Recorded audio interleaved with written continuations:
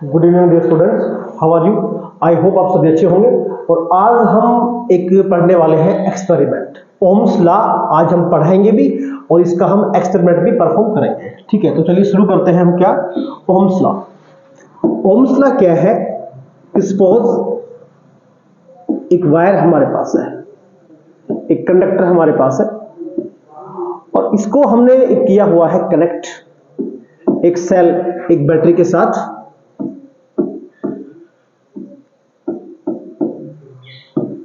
और ये V volt का एक क्या है, बैटरी है। जैसे हमने क्या किया, की को क्लोज किया तो यहां से क्या फ्लो होगा, करंट फ्लो होगा। और ये जो करंट है ये किस पर डिपेंड करेगा, ये वोल्टेज पर डिपेंड करेगा। तो ओम्स लॉ है क्या? Current flowing in a conductor is directly proportional to applied voltage across the ends of conductor keeping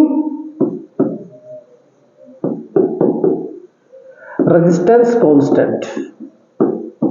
जो रेजिस्टेंस है वो क्या होना चाहिए, कांस्टेंट होना चाहिए। ओके, रेजिस्टेंस कांस्टेंट रहेगा। तो इसी को हमने अब परफॉर्म करना है। तो उसके लिए हमारे पास क्या है, ये apparatus है, ओम्स लॉ apparatus, जैसा कि आप यहां देख पा रहे होंगे। ठीक है, तो यहां है पहले तो वोल्ट मीटर। क्या है ये? Volt meter. क्या है वोल्ट मीटर? यहां आप देख पा रहे होंगे कि V लिखा हुआ है, लाइक दिस। एक मीटर है जिसपे क्या लिखा हुआ है, V लिखा हुआ है। तो ये इंस्ट्रूमेंट क्या है, ये है वोल्ट मीटर, जो किसको रिकॉर्ड करेगा, ये पोटेंशियल डिफरेंस वोल्टेज को रिकॉर्ड करेगा। और किस में रिकॉर्ड करेगा, ये वोल्ट में रिकॉर्ड करेगा ये। ठीक है, तो जैसा कि आप यहां देख पा रहे हैं कि यहां लिखा हुआ है 0, उसके बाद लिखा हुआ है 0.5, 1, 1.5, 2, 2.5 और लास्ट में क्या लिखा हुआ है, 3 लिखा हुआ है। तो पहले हम बात करेंगे इसका रेंज। इसका रेंज कितना है? तो इसका रेंज कितना हो गया है, 3 वोल्ट इसका क्या हो गया है, रेंज हो गया है। नेक्स्ट हम बात करेंगे लीस्ट काउंट, कि इसका लीस्ट काउंट कितना है। ठीक है, तो यहां आप देख पा रहे होंगे कि जो गैप है, जैसे यहां है 0, उसके बाद कितना है 0.5, फिर कितना है 1, फिर कितना है 1.5, फिर कितना है 2, फिर कितना है 2.5। तो हर एक जो यहाँ पे जो रीडिंग नोट कर रखा है, जो रीडिंग यहाँ पे दिखा रखा है, वहां जो गैप है वो कितना गैप है, वो 0.5 वोल्ट का गैप है। और इस गैप के बीच में आप देखेंगे डिवीजन कितने हैं। तो यहाँ पे डिवीजन कितने हैं, तो आप यहाँ देख पा रहे होंगे शायद कि यहाँ पे 10 डिवीजन है। यहाँ पे क्या है, यहाँ पे 10 डिवीजन है। अगर आप यहाँ पे नहीं देख पा रहे तो इसको थोड़ा सा मैं यहाँ पे कर देता हूँ, लाइक दिस।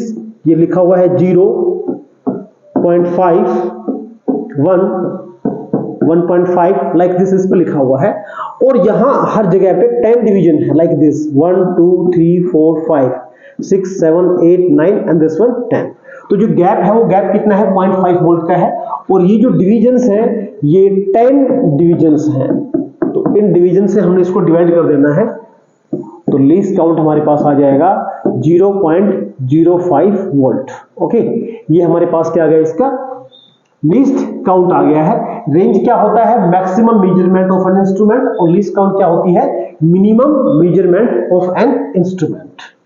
और अभी करंट को रिकॉर्ड करना है, तो करंट को रिकॉर्ड करने के लिए यहां हमारे पास लगा हुआ है MA। MA का मीनिंग क्या होता है, मिली एमीटर। ओके, अगर यहां पे लिखा होता A, तो A का मतलब क्या होता है कि ये है एमीटर और ये करंट को रिकॉर्ड करेगा, एम्पियर में रिकॉर्ड करेगा। लेकिन यहां पे क्या लिखा हुआ है, MA। MA का मतलब क्या है, मिली एमीटर, जो करंट को रिकॉर्ड करेगा। किस में रिकॉर्ड करेगा, मिली एम्पियर में रिकॉर्ड करेगा। ठीक है, तो यहां भी आप आई थिंक देख पा रहे होंगे कि यहाँ पे क्या लिखा हुआ है। यहाँ पे जो रीडिंग्स है वो कहां से कहां तक लिखी है, रीडिंग 0, 50, 100, 150, 200, 250, 300। ठीक है, तो यहां भी इसका जो रेंज है, इस पे जो लिखा हुआ है, कहां से कहां तक लिखा हुआ है, 0, 50, 100, 150, लाइक दिस। और लास्ट में यहां पे क्या लिखा हुआ है, 300। तो मतलब क्या है, इस मिली एमीटर का जो रेंज है, तो वो रेंज कितना है, तो जो इसका जो रेंज है वो रेंज है 300 मिली एम्पियर। और फिर हम बात करेंगे इसके लीस्ट काउंट की, इसका मिनिमम मेजरमेंट कितना है। तो यहां भी 10 डिवीजन है, 10 10 डिविजन यहाँ भी है। अभी ये गैप कितना है, तो ये गैप कितने का है, 50 मिली एम्पियर का है, और यहाँ पे डिवीजन कितने हैं, 10। तो ये जो गैप है, ये जो डिफरेंस है, इसको हमने डिवाइड कर देना है जितने डिविजन हैं उनसे। तो 50/10, तो ये हमारे पास कितना आ गया है, 5 मिली एम्पियर आ गया है। ठीक है, तो अभी हम देखने वाले थे कि जी ओम्स लॉ क्या है। Current flowing in a conductor वो डायरेक्टली प्रोपोर्शनल करता है किसको, अप्लाइड वोल्टेज को। तो अभी हम इसको परफॉर्म करने वाले हैं। तो ये हमारे पास क्या हो गया है, मिली एमीटर हो गया है, ये हमारे पास क्या हो गया है, वोल्ट मीटर हो गया है। अब होना क्या चाहिए इसके हिसाब से कि अगर हमने वोल्टेज को इंक्रीज किया तो करंट भी क्या हो, इंक्रीज हो, अगर वोल्टेज डिक्रीज हो तो करंट भी क्या हो, डिक्रीज हो। तो चलिए ऐसा देखते हैं करके हम। तो हमने इसको अभी कनेक्ट कर रखा है, और ये आप देख पा रहे होंगे, ये हमने क्या लगा रखा है, रेजिस्टेंस लगा रखा है, कार्बन रेजिस्टेंस। इसका रेजिस्टेंस हमें फाइंड भी करना है। ठीक है, तो हमने क्या किया, यहां से की को हमने क्या किया है, स्विच को हमने ऑन किया है, और आप देख पा रहे होंगे कि यहां पावर आ गया है। ठीक है, और अभी आप दोनों जो मीटर हैं आप इन पे अपना ध्यान रखेंगे, और मैं यहां से वोल्टेज को इंक्रीज करूंगा। तो आप देखना, अभी वोल्टेज कितना है, 0 है, तो करंट भी कितना है, 0 है। और अभी आप देखना, अभी हम क्या कर रहे हैं, वोल्टेज को इंक्रीज कर रहे हैं, जैसा कि ये हो गया है 0.5। ठीक है, वोल्टेज कितना हो गया है, 0.5। तो आप यहां देख पा रहे होंगे करंट कितना आ गया है, 50 मिली एम्पीयर यहां पे करंट आ गया है। फिर से हम क्या कर रहे हैं, इसको इंक्रीज कर रहे हैं लाइक दिस, और जैसा कि आप देख पा रहे हैं कि यहाँ वोल्टेज कितना हो गया है, तो वोल्टेज यहाँ पे कितना हो गया है, 1 वोल्ट, और यहाँ जो करंट हमको मिल रहा है वो कितना मिल रहा है, 50 मिली एम्पीयर। नेक्स्ट, अभी हम इसको लेके जा रहे हैं कहां, 1.5 वोल्ट। तो आप यहां देखेंगे कि जो करंट कितना रिकॉर्ड हो रहा है, 50 मिली एम्पीयर यहां पे क्या हो रहा है, करंट रिकॉर्ड हो रहा है। नेक्स्ट टाइम हमने किया यहां पे 2 वोल्ट। ठीक है, तो जैसे हमने यहाँ पे क्या किया है, 2 वोल्ट किया है, तो आप यहाँ फिर से आप देख पा रहे होंगे कि जो करंट है वो यहाँ कितना रिकॉर्ड हो रहा है, 50 मिली एम्पीयर यहाँ पे करंट क्या हो रहा है, रिकॉर्ड हो रहा है। तो अभी हमने क्या देखा यहां से, अभी हमने यहां देखा, जब हमने रीडिंग लिया यहां से, तो हमने देखा कि एक टेबल यहां हम फ्रेम कर लेते हैं। Okay, this is the serial number,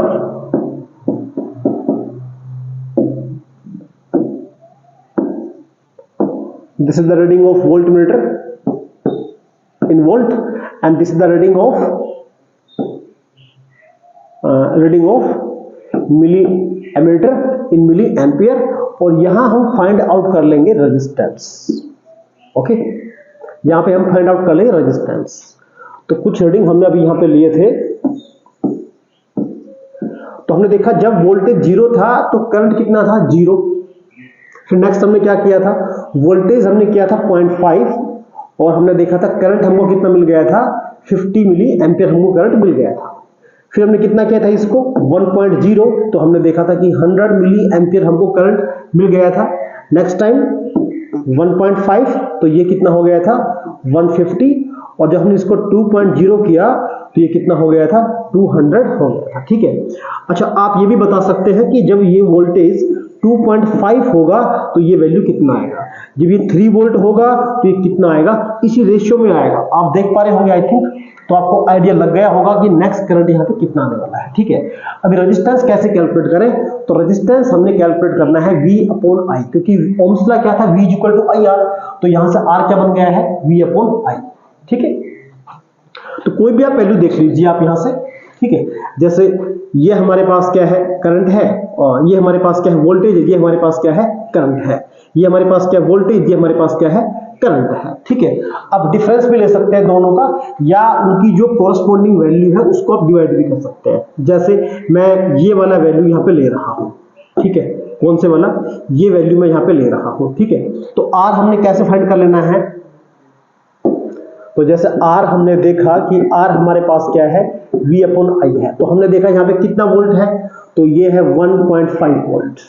okay, और करंट हमको कितना मिल रहा है, 150 मिली एम्पीयर, तो मिली के लिए कितना हो गया, 10 का पावर -3, और ये आंसर किस में आ जाएगा, ओम में हो जाएगा। तो R हमारे पास कितना हो गया, ऊपर चल रहा है 1.5, नीचे कौन चल रहा है 150, और इंटू 10 पावर ऊपर जाके कितना हो गया है, ये +3 और ओम हो गया है। ठीक है, अभी हम क्या करेंगे, इस डेसिमल को यहां से रिमूव कर लेते हैं। ठीक है, तो डेसिमल को रिमूव करने के लिए इस डेसिमल को रिमूव किया तो यहां नीचे हम क्या लगाएंगे, एक 0 लगाएंगे और आप देख पा रहे हो यहां से 15 बन जा 15 और यहां पे कौन आ गया है 100 और 100 ये टर्म इससे क्या हो गया है कैंसिल।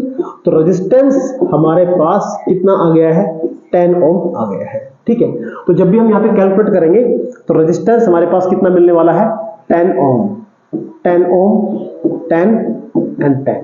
अब इनका एवरेज लेंगे तो भी कितना आएगा वो, तो एवरेज भी क्या बनेगा 10 ओम क्या बनेगा इनका एवरेज रेजिस्टेंस बनेगा। ठीक है, और जब इसका ग्राफ प्लॉट करेंगे तो आप देखेंगे कि जो वोल्टेज है और वो करंट है, जब हमने 0 वोल्ट दिया तो करंट भी हमको कितना मिल रहा है 0 मिल रहा है। मतलब जो ग्राफ है वो किस तरीके से आएगा, इसका अगर हम ग्राफ प्लॉट करें, रट्टा नहीं मारना है आपने इन वैल्यूज को प्लॉट करना है ग्राफ पेपर पे। ठीक है, तो यहां कौन आ गया V और यहां कौन हो गया है I। करंट हमने किस में लिया है मिली एम्पियर में लिया है और जो वोल्टेज है वो हमने किस में लिया है, उसको हमने लिया है वोल्ट में लिया है। तो जैसा आप देख पा रहे हो कि 0 0, तो ग्राफ शुरू कहां से हो रहा है 0 0, मतलब कहां से शुरू होगा ग्राफ, ओरिजिन से उसकी शुरुआत होगी। उसके बाद वोल्टेज कंटिन्यूअसली क्या हो रहा है इंक्रीज और उसी प्रोपोर्शन में आप देख पा रहे हैं कि करंट भी क्या हो रहा है इंक्रीज। मतलब ग्राफ कैसा होगा इसका स्ट्रेट लाइन, इसका क्या आएगा ग्राफ आएगा। ओके, तो आई होप आपने ओम्स लॉ थ्योरी में पढ़ा होगा और लेकिन आपने यहाँ पे क्या किया है उसका एक्सपेरिमेंट भी साथ साथ परफॉर्म किया है। ठीक है, तो फिजिक्स जो सब्जेक्ट है वो पढ़ने का नहीं है, उसको समझने का है। ठीक है, समझोगे आप उसको तो कभी आप उसको भूलोगे नहीं। ठीक है, तो नेक्स्ट टाइम एक और एक्सपेरिमेंट के साथ आपको हम मिलने वाले हैं। Thank you, have a nice day.